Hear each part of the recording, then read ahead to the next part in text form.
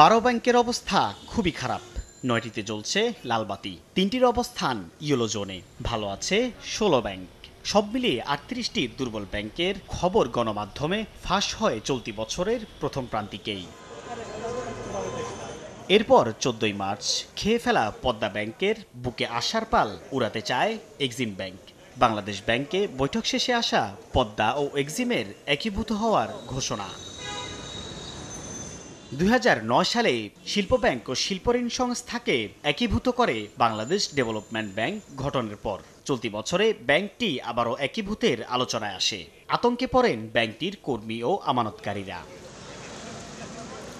ছাত্র জনতার আন্দোলনের মুখে 21 জুলাই থেকে 3 দিন সাধারণ ছুটির কবলে পড়ে ব্যাংক খাত।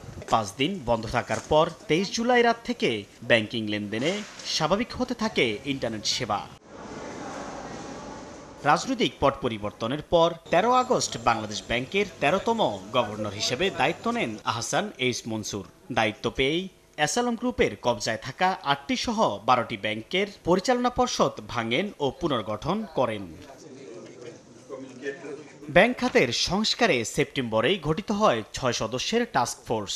অক্টোবরের বড় খবর, লোকসানি পদ্মা ব্যাংকে টেনে তুলতে আসা এক্সিম নিজেই সাঁতরাচ্ছে লোকসানে নদীতে। 24 ডিসেম্বর ঘোষণা আসে একীভূত না হওয়ার। 28 নভেম্বর সংকটে থাকা 6 ব্যাংকে তারল্য সহায়তা দিতে 22,500 কোটি টাকা ছাপানোর কথা জানান গভর্নর। যদিও দায়িত্ব নিয়ে দৃঢ় ঘোষণা দিয়েছিলেন টাকা না ছাপানোর। ব্যাংক খাতে লুটপাটের ফলাফল, সেপ্টেম্বর শেষে খেলাপি ঋণ প্রায় 2,85,000 কোটি টাকা।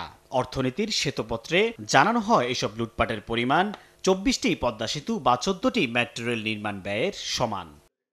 সাইফুল ইসলাম, সময় সংবাদ, ঢাকা।